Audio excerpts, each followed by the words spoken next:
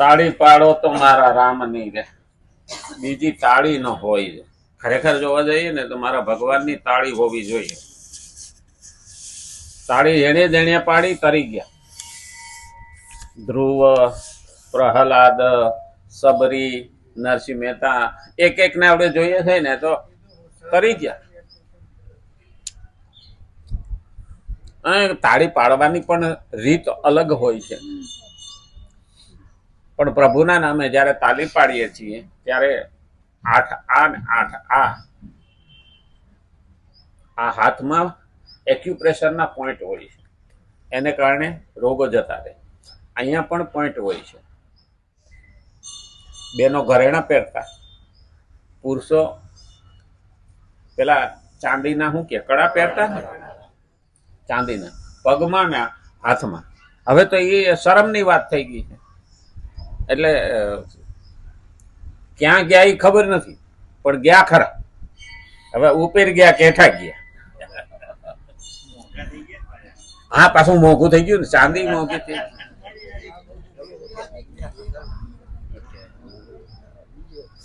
એટલે તો આમાં શાસ્ત્રમાં લખ્યું ને કે ગાય દાનમાં દેવી.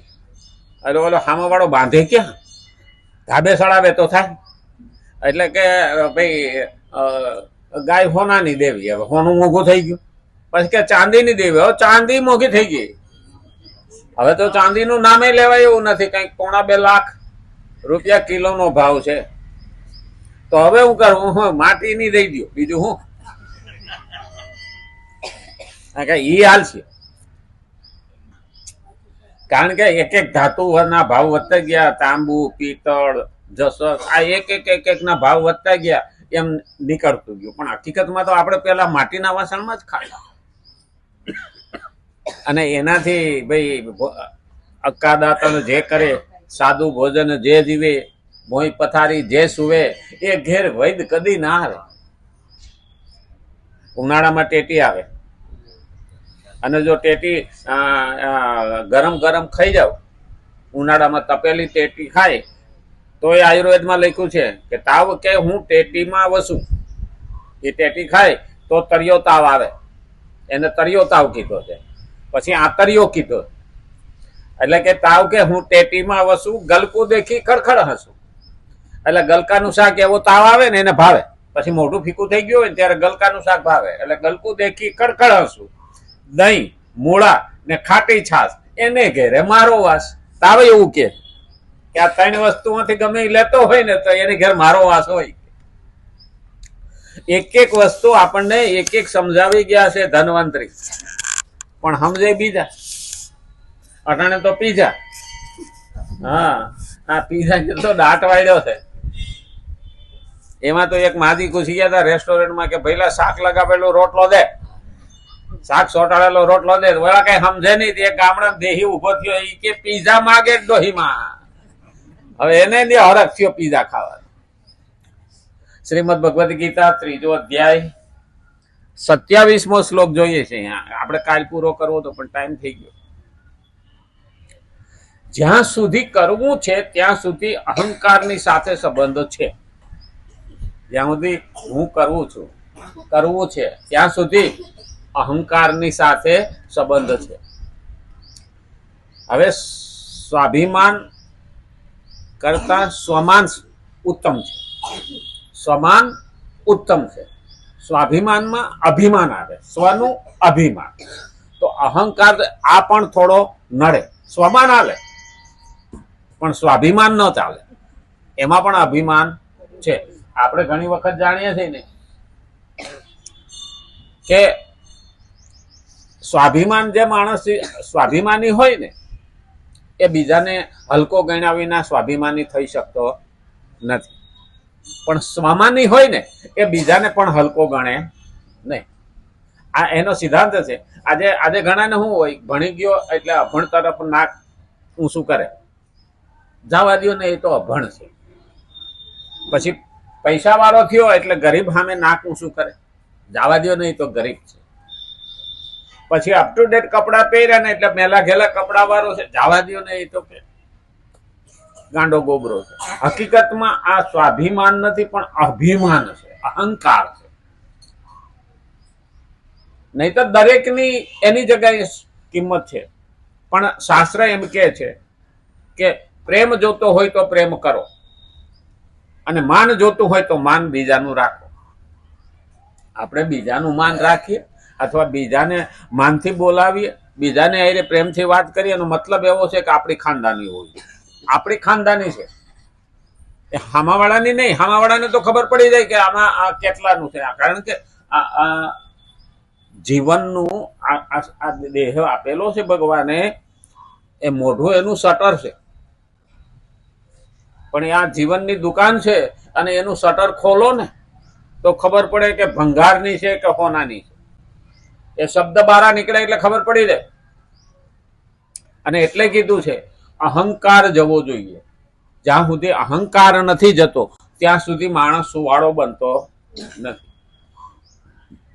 એટલે તો આપણે કે ગામડામાં તો એવું કે ભાઈ ઓળખાણ હારી, હા, ઓળખીતા નહીં હારા. ઓળખીતા નડે બહુ. હા, એ ખીતો કહેવાય. આપણે નથી ઢોરા બાંધવાય, ખીલો ખોડે તો એક સાઈડમાં ખોડે, નહીતર વૈશમાં ખોડ્યો હોય તો રાતે ભટકાઈને પડી. એટલે આવા ઓળખીતા નડે. એટલે કીધું છે અહંકારની સાથે સંબંધ છે. કારણ કે અહંકાર કરતાપણું વિના કરવું સિદ્ધ થતું નથી. અહંકાર આવે ને, હું કરું છું, એના વિના સિદ્ધ થતું નથી. અહંકાર આવ્યા વિના. અને નિમિત્ત માત્ર છું, મારી ફરજ છે, મારે કરવું જોઈએ. ભગવાને મને શું આપ્યું છે એ મારે બીજા માટે વાપરવું જોઈએ. એમાં સમય, શક્તિ, સંપત્તિ, બુદ્ધિ, ચિત્ત, જ્ઞાન, આ બધું જ એમાં વાપરવામાં આવે છે કે જેની પાસે જે હોય એ વાપરે. કોઈ તનથી સેવા કરે, કોઈ મનથી સેવા કરે, કોઈ ધનથી સેવા કરે. બધી રીતે જુદી જુદી રીતે જેની પાસે જેવું છે તેવું તે કરે.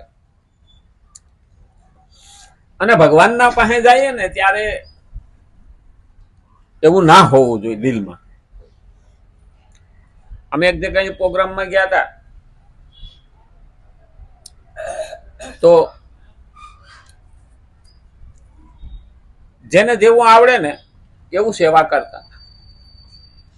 કોઈ ચીંધે નહીં, કામ હાથે ઉપાડી લેવાનું. કારણ કે એમાં આવેલો જ ચાલે, લાવેલો ચાલે નહીં. ત્યાં કોઈ દાળીઓ નથી. એટલે અમે મોઢે રૂમાલ બાંધી અને ઓલો કચરો ભેગો થયેલો હતો ઉપાડતા હતા. કોઈ હાવણો લે, કોઈ ટોપલા લે.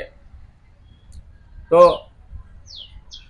એક માજી હતા, એ પેલા એક લાઈનમાં મૂતેણીઓ બનાવી હતી, એને ડોલું નાખીને ધોતા હતા. મોઢે રૂમાલ બાંધેલો હતો. અને એક અમારા ભેગો યુવાન હતો, એટલે 35-40 વર્ષનો, એ ટોપલા ભરી ભરીને ઉપાડી અને નાખતો, મોઢે રૂમાલ બાંધે તો.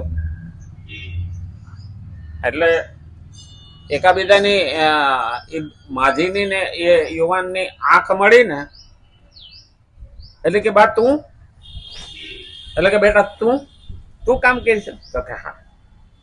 જ્યારે એનું પૂછ્યું અમે કે આ મારો દીકરો કોણ, કારણ કે માજી પેલું કરતા હતા. અને અમે બધા નવરા થઈને બેઠા ને પછી પૂછ્યું માજી કોણ, તો કે વલભીપુર રાજ્યના રાજમાતા હતા, અને આ એને રાજકુમાર હતો. વલભીપુર રાજ્યનો મા દીકરો થયા. એક અહીંયા ટોપલા ઉપાડતો હતો અને એક પેલા મોતેણીઓમાં પાણી નાખીને સાફ કરતો. જ્યારે આ અહંકાર ઓગળે ને ત્યારે ભગવાન હામો આવે. એવી ભગવાન હામો આવતો નથી. હું કોણ? આ અહંકાર છે. કારણ કે એને ઘેરે તો 300 નોકરો કામ કરે, છતાં અહીંયા નોકરથી પણ નીચું કામ કરે. ભગવાન કૃષ્ણ મહાભારતની અંદર યજ્ઞમાં, પાંડવોના યજ્ઞમાં પતરાવડા ઉપાડ્યા હતા. જો ભગવાન ખુદ ઉઠીને ઉપાડતો હોય તો આપણે કઈ વાળીના મૂળ આવે? જ્યારે આ અહંકાર જાય ને ત્યારે ભગવાનથી આઘા રહેતા નથી. એટલે કરતા પણ નીકળી જવું જોઈએ, સિદ્ધ થતું નથી. કરવાનો ભાવ થતા જ કર્તૃત્વ અભિમાન થઈ જાય છે. અંદર કરવાનો ભાવ આવે ને, હું કરું એટલે કર્તૃત્વ અભિમાન આવવા માંડે ને, મને મોકો મળ્યો છે તો હું કરું. એટલે તમે ઘણી વખત ભગવાનના કામમાં હોઈએ ને તો અમે પણ અમારી ઓળખાણ ટાળીએ.